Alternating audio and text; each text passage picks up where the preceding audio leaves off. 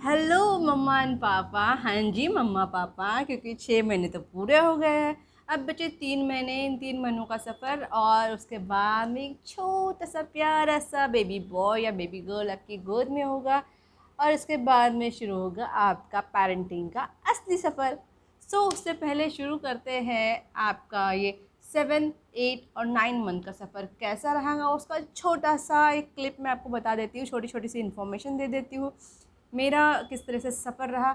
6 महीने तक तो आराम से कट जाता है, बिकॉज पता होता है कि फर्स्ट ट्राइमेस्टर, फिर सेकंड ट्राइमेस्टर, फिर लास्ट। पर ये आखिरी के जो 3 महीने होते हैं ना, ये बड़े सर खपाने वाले होते हैं। इसका रीज़न ये होता है कि 7वें महीने में तो चलो हमारे गोद भराई का फंक्शन हो गया, उसमें सबको मज़े आ गए। तब छोटी मोटी जो हलचल है वो बच्चे की हमें फ़ील हो रही है। 8वें महीने में भी ऐसा ही कुछ मज़ा आ रहा है, वज़न बढ़ गया लेकिन फिर भी चलो चल रहा है मामला। आखिरी का महीना, हो भगवान, परेशानी वाला।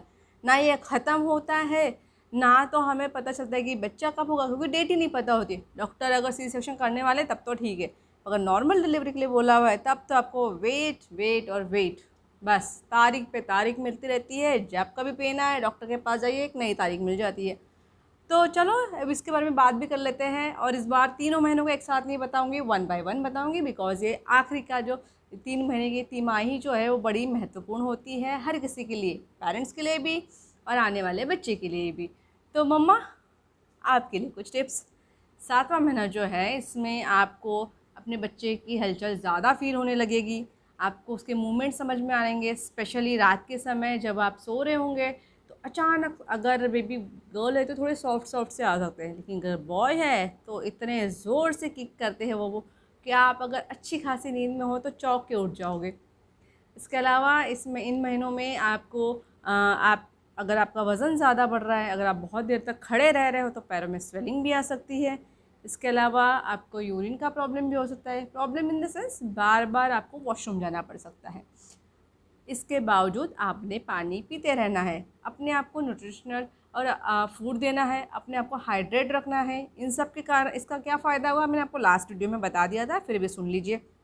अगर आपने अच्छे से पानी पिया, अच्छा खाना खाया, अच्छी वॉक करी, इस सब के कारण आपका बच्चा जो है पेट में काफ़ी खुश रहेगा। आपको नॉर्मल डिलीवरी के लिए जो आप कोशिश करना अगर चाहते हैं तो उसमें हो सकता है। इसके अलावा बच्चा सूखेगा नहीं पेट में, आपके पेट में पानी की कमी नहीं होगी। पेट में पानी जितना ज़्यादा, बच्चा उतना उसमें खेलता है, खुश रहता है। इसलिए आप खुद को हाइड्रेट रखें, कोशिश करिए 15-20 ग्लासेस ज़्यादा से ज़्यादा पानी जितना आप पी सकें पीते रहिए। अगर वॉशरूम जाना है जाइए, फिर आके पानी पीजिए, जितना आप पानी पिएंगे उतना अच्छा है। अभी इन 7वें महीने में और कुछ आपको अगर ज़्यादा मूवमेंट फील हो रही है आप उसे नोटिस करिए, कब कब हो रही है, कैसे हो रही है। अगर उसमें कोई बदलाव आ रहा है तो डॉक्टर से ज़रूर कंसल्ट करिए। इन 7वें महीने में जो भी कोई टेस्ट डॉक्टर बोले वो टेस्ट टाइम टू टाइम कर लीजिए, और उसका रिज़ल्ट के बेस पे जो भी दवाइयाँ बताई गई है वो सप्लीमेंट्स टाइम टू टाइम लेनी ज़रूरी हो जाती है। ठीक है। 7वें महीने में आपको सेम वैसे ही वॉक करते रहना है, एक्सरसाइज करते रहनी है, योगा करना है। उसके बारे में सारी डिटेल आपको गूगल गुरु दे देंगे कि कौन कौन सी योगा आप कर सकते हैं, लेकिन उससे पहले अपने डॉक्टर से ज़रूर पूछें कि क्या आप करने के लिए ठीक है आपकी बॉडी। सबकी बॉडी अलग होती है, इसलिए इस बात का ध्यान रखें। अपने आप को खूब पैम्पर करें और पैम्पर करवाएं, ये मौका बार बार नहीं मिलता। ओके। उसके बाद में 8वां महीना आएगा तो 8वें महीने में आपको आपका वज़न और ज़्यादा बढ़ेगा, और ज़्यादा सुसु आएगी, और ज़्यादा वॉशरूम भागना पड़ेगा। और इन दरमियान अगर आप पैंटी यूज़ करते हैं तो आपको उसको नीचे लेने में भी दिक्कत आ सकती है, वो फंस सकती है, तो थोड़ा ध्यान दीजिएगा। ये सब चीज़ें होती है। और हाँ, बच्चे का पानी कम ना हो इसलिए इस महीने भी आपने पानी पीते रहना है, न्यूट्रिशनल वैल्यू जिस फूड में है वो खाते रहना है। और काफ़ी सारे टिप्स डॉक्टर्स भी देते हैं, उनका सुनिए, उनसे बार बार जाके कंसर्न करिए, जब भी टेस्ट के लिए बुलाइए जाइए, जांच करिए। और सबसे महत्वपूर्ण इन 3 महीनों में होता है अपने बच्चे की जो आपको आहट सुनाई देती है, जो आपको किक मिलती है, उस पर ध्यान देना है। कब कब कर रहा है, कैसे कर रहा है, कभी भी आपको लग रहा है कि कम हो रही है, ज़्यादा हो रही है। अब 7वें महीने में जैसी मूवमेंट हो रही थी वैसे 8वें महीने में नहीं होगी, लेकिन ज़ोर से होगी। जैसे समझो 7वें महीने आपको 10 बार फील हो रहा है तो 8वें महीने में हो सकता है वो आपको 5 बार या 6 बार हो। इसका रीज़न ये था कि पेट में बच्चा बड़ा हो रहा है, जगह कम रही है उसको, अब वो हिलेगा डुलेगा तो कैसे करेगा, तो इसलिए और कम हो जाती है। 9वें महीने में जाते जाते ये नंबर्स और भी कम हो जाते हैं। तो इन सब के कारण आपको उस पर ध्यान रखना है कि मूवमेंट होती है नहीं होती, दिन में कितनी बार हो रही है, कब कब हो रही है। अगर नहीं हो रही है तो आपने तुरंत डॉक्टर से मिलना है। इसके अलावा आपकी बॉडी जो है ना, वो आपकी सबसे बड़ी हेल्प करने वाली चीज़ होती है। तो अपनी बॉडी जो भी बोल रही है, आपकी बॉडी उसे ध्यान से सुनिए, उसे समझिए वो क्या बताना चाहती है। बच्चे की मूवमेंट, बच्चे का हलचल, सब कुछ हर चीज़ पे ध्यान रखिए। एंड पापा जी आपके लिए स्पेशल बात, आपके घर में सिर्फ बच्चा नहीं आने वाला है, तो आपके घर में एक मम्मी भी आने वाली है। तो प्रिपेयर हो जाइए दोनों को पैम्पर करने के लिए।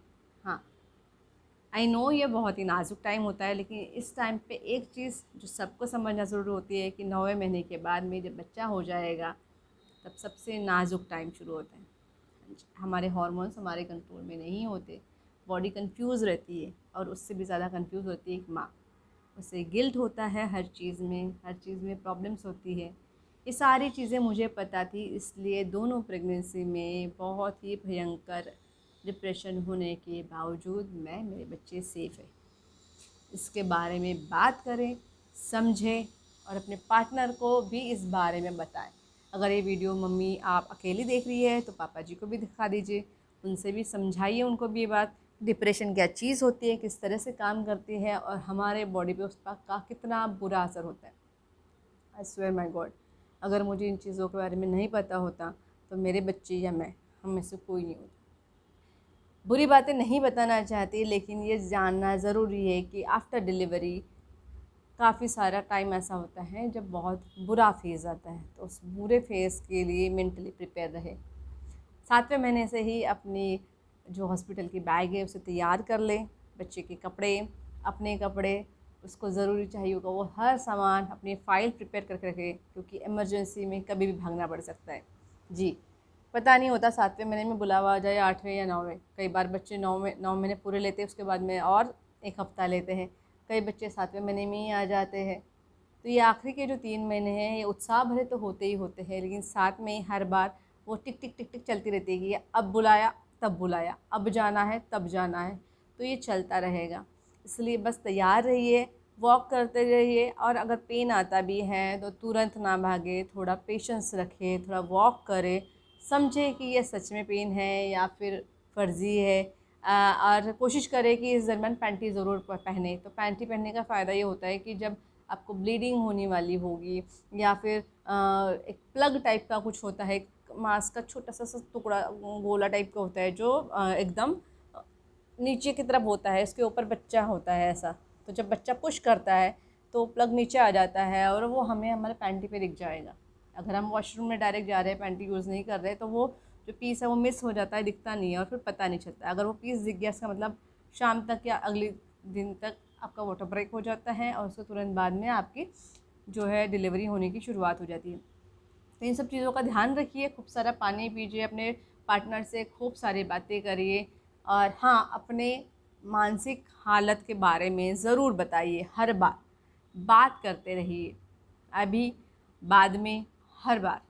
बच्चे के साथ साथ याद रखिएगा, माँ भी पैदा होती है। माँ बनने के लिए कोई डिग्री या डिप्लोमा नहीं मिलता, हमें कोई ट्रेनिंग नहीं मिलती है। इसलिए बहुत ज़्यादा ज़रूरी है कि जब हम इस नए सफ़र की शुरुआत कर रहे हैं तो उसमें हमारा पार्टनर हमारे साथ में होना चाहिए, उसे हमारी हर चीज़ पता होनी चाहिए। हम लड़कियां उम्मीद करती है कि लड़के बिना कुछ कहे भी समझ जाए, नहीं हो सकता। उन बेचारों को अपना खुद का शरीर समझ में नहीं आता, वो हमें क्या ही समझ लेंगे यार। तो उन्हें बताइए, जो भी प्रॉब्लम आ रही है, आपको कुछ खाने का मन कर रहा है, आपका मन नहीं कर रहा है, आपको कंफ्यूज लग रहा है, आपको थकान हो रही है, आपको दर्द हो रहा है, जो कुछ भी, बात करिए। आपका पार्टनर ही आपका सपोर्ट सिस्टम है, ध्यान रखिए इस बात का। और अगर आप मायके जाने वाले हो तो 9वें महीना शुरू होने से पहले पहले निकल जाइए, अच्छा टाइम बिताइए, हंसे खुशी रहे, अच्छी अच्छी किताबें पढ़िए, बच्चे से बातें करिए। क्योंकि ऐसा कहते हैं कि बच्चे को ना 7वें महीने से माँ बाप की आवाज़ समझने लग जाते हैं वो। तो जो ज़्यादा बातें करेगा वो बच्चा होने के बाद में उस इंसान के पास में बच्चा वो खुश रहेगा। तो अगर आप चाहते हैं कि आपका बच्चा आपके पास में खुश रहे तो आप बातें करिए। अगर आप चाहते हैं कि आपका बच्चा आपकी गोद में आते ही एकदम खुश हो जाए तो उससे बातें करते रहिए, उसे बताइए अपने बारे में, अपने परिवार के बारे में, सबसे मिलवाइए। बच्चा इस समय बच्चे जो है उसके कान बहुत अच्छे से काम कर रहे होते हैं, उसकी आँखें अच्छे से काम कर रही होती है, तो उसे लाइट फील होती है जब भी हम धूप में या रोशनी में होते हैं, तो उसको भी हल्का हल्का फील होता है। तो ये सारी चीज़ें जो है ना, वो बच्चे बच्चे समझ रहे होते हैं। अच्छा म्यूज़िक सुनिए, डिप्रेशन से थोड़ा दूर रहिए, परेशानियों से दूर रहिए, क्योंकि ये सभी चीज़ें जो है वो आगे आपके काम आने वाली है। बहुत ही खूबसूरत सफ़र होता है ये, लेकिन सफ़र मंजिल से खूबसूरत सफ़र होना चाहिए, कैसा कहते हैं। तो ये 9 महीने का सफ़र बहुत ही प्यारा होता है, बहुत खूबसूरत होता है। तो इसको अभी ये आखिरी का जो ट्राइमेस्टर है, लास्ट जो तिमाही है, इसको आराम से जिए, आराम से इंजॉय करें। और हाँ, आने वाले सफ़र में प्रेगनेंसी के डिलीवरी के बाद में जो भी कुछ होता है, मेरा पर्सनल जो बहुत ही बुरा फेज़ था, मैं ज़रूर शेयर करूँगी। बहुत मुश्किल हो रहा है मुझे उसे बताने के लिए, क्योंकि अभी भी याद आता है तो आंखों में आंसू आ जाते। तो मैं नहीं चाहती कि अभी आपका हैप्पी हैप्पी मोमेंट है उसको मैं ख़राब करूँ। एक दिन ऐसा ज़रूर मैं बनाऊँगी वीडियो, जिसमें अपना डिप्रेशन का पूरा एक्सपीरियंस शेयर करूँगी, कैसे मैं उसमें गई, क्या कारण रहे, किन कारणों से मैं बाहर आई, किस तरह से, या बाहर आई भी नहीं अभी तक, या पता नहीं, कन्फ्यूज़ होती हूँ कई बार। हमारे शरीर के बारे में, हमारे बॉडी के बारे में ना समझना बहुत मुश्किल है। कहते हैं कि औरत को भगवान नहीं समझ सकता, मुझे लगता है औरत खुद भी अपने शरीर को नहीं समझ सकती। बहुत कन्फ्यूजन होते हैं यारो। चलो, ध्यान रखिए। और आप में से जो भी प्रेग्नेंट है ना, वो प्लीज़ मुझे एक बार कमेंट बॉक्स में डाल दीजिए ना कि आपका कौन सा महीना चल रहा है, क्या तकलीफ़ें हो रही है, कैसा आप उसको एंजॉय कर रहे हैं, क्या उसमें आप खाने पीने की जो अप्स एंड डाउन हो रहे हैं वो कैसे कर रहे हो। क्योंकि अब ये लास्ट के 3 महीनों में ना एसिडिटी बहुत ज़्यादा होती है। तो आपने क्या करना है, आपने फाइबर वाला खाना खाना है। फाइबर वाला खाना मतलब चोकर वाला, गेहूँ, फल खा रहे हो तो जूस पीने की जगह उसका फल खाइए, उसमें फ़ाइबर होता है। खाना अगर आप समझो 2 रोटी खाना पसंद करते तो आधी आधी करके 4 बार खाइए, या फिर एक एक करके 2 बार खाना खा लीजिए। मल्टीपल टाइम खाइए, थोड़ा थोड़ा खाइए, तो एसिडिटी के चांसेस कम बने। और खाना खाने के बाद में थोड़ा वॉक कर लीजिए, तो उससे और हेल्प हो जाएगी। पानी ज़्यादा से ज़्यादा पीजिए, छाछ, दूध, दही, या इन पे ध्यान रखिए। कुछ डॉक्टर्स के मैंने वीडियोस देखे थे, जिसमें उन्होंने बताया था कि लास्ट का जो महीना होता है, 9वां महीना, उसमें खजूर खाना शुरू कर देना चाहिए, पाइनएप्पल खाना चाहिए, पपीता खाना चाहिए, क्योंकि इन सब से के कारण जो नॉर्मल डिलीवरी होना आसान हो जाता है, जगह जल्दी खुल जाती है। मेरा अनुभव इस बारे में कुछ भी नहीं, ज़ीरो है, बिकॉज मैंने इनमें से कुछ भी नहीं खाया था। मुझे यही पता था कि पाइनएप्पल और पपीता प्रेगनेंसी में नहीं खाना होता, तो मैंने नहीं खाया था। तो मैं इस बारे में कुछ कमेंट नहीं कर सकती। लेकिन अगर आप किसी और को रेफ़र करते हैं, किसी और का सुनते हैं, तो एक बार डॉक्टर से कंसल्ट कर लीजिए। अगर वो बोलते हैं तो खा ली में कोई हर्ज नहीं है, उसके बाद ही खाइए। अननेसेसरी कोई प्रॉब्लम मत बढ़ाइए अपने शरीर में। तो बस यही सब चीज़ें हैं। बस ध्यान रखिए, खुश रहिए। और जब बेबी बॉय या गर्ल जो भी हो जाए तो प्लीज़ कमेंट में बता दीजिए। वीडियो देख रहे हैं यार लोग, लेकिन बताते ही नहीं, कुछ बात ही नहीं करते। थोड़ा कमेंट तो करिए। पसंद आ रहा है तो लाइक करें, नहीं पसंद आया तो डिसलाइक भी कर सकते हैं, पर कुछ तो करिए। मुझे पता कैसे चलेगा कि मेरी वीडियोस जा कैसे रही है। ओके, चलिए जल्दी मिलते हैं अगले एपिसोड में। तब तक के लिए बाय बाय।